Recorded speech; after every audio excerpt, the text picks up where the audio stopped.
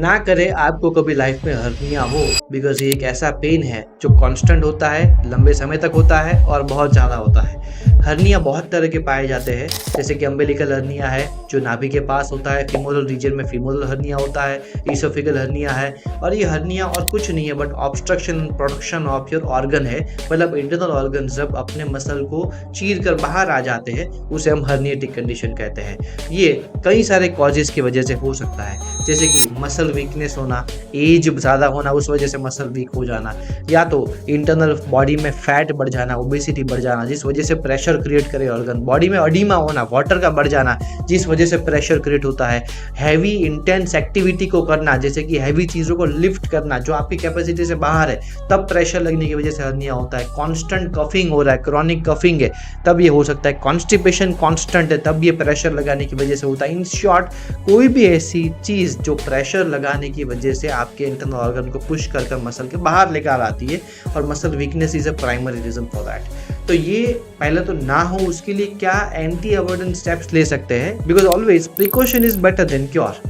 तो सबसे पहले आपको ध्यान रखना है कि आपके मसल स्ट्रांग रहे और स्ट्रेंथफुल रहे। इसके लिए आप अपनी कैपेसिटी के अकॉर्डिंग, जो अपनी कैपेसिटी अगर 100 किलो की है तो 50 किलो के अकॉर्डिंग रेपिटेटिव ट्रेनिंग करें, और ये इससे बोलते हैं strength and resistance training workout. इससे हर्निया कभी नहीं होगा, आपको आपकी कैपेसिटी का ध्यान भी रहेगा, साइकोलॉजिकली भी आप ऐसी चीज़ में ध्यान रखोगे, और प्लस आप हेल्दी होंगे, कॉन्स्टिपेशन नहीं होगा, कफिंग होगा, इम्यूनिटी बढ़ेगी, वो सब चीज़ें तो अलग। तो कई सारे कॉजेज को एलिमिनेट कर देगा अगर आप रेगुलर रेजिस्टेंस या स्ट्रेंथ ट्रेनिंग वीक में 3 to 4 टाइम्स कर रहे हैं। अब अगर हो गया तो क्या करेंगे? हो गया तो पहला तो है सर्जरी करिए, सूचर ताके लगाइए, ठीक कर दीजिए, अंदर ऑर्गन को फिर से डाल दीजिए। ये हो गया आपका परमानेंट सॉल्यूशन। 3-4 महीनों का रेस्ट। अब ये करवाने जरूरी भी है, ऐसा नहीं है कि कंपलसरी नहीं है, जरूरी है वरना वो बढ़ता जाएगा। तो इसमें आपका सॉल्यूशन है कि सर्जरी के बाद आप डाइट क्या फॉलो करें। डाइट जो है उसमें आपको फॉलो करना पड़ेगा ऐसा चीज़ कि जो नॉर्मल, अगेन गैस्ट्रोइंटेस्टाइनल ट्रैक्ट की प्रॉब्लम है तो ऐसी होनी चाहिए डाइट को जो हल्की हो। जैसे मैंने इसके आगे की वीडियो में गैस्ट्राइटिस की एक डाइट दी थी जिसमें मैंने कुछ ऑप्शंस दिए थे, मैं ऑप्शन आपको वहाँ पे शेयर करना चाहूँगा फिर से। जैसे कि मूंग दाल बॉईल करके आप ले सकते हैं, जैसे कि आप फ्रूट जूस ले सकते हैं, वेजिटेबल सूप ले सकते हैं, खिचड़ी ले सकते हैं, आप अंडे की सफ़ेदी ले सकते हैं, आप दही ले सकते हैं, चावल ले सकते हैं, कुछ दालें ले सकते हैं।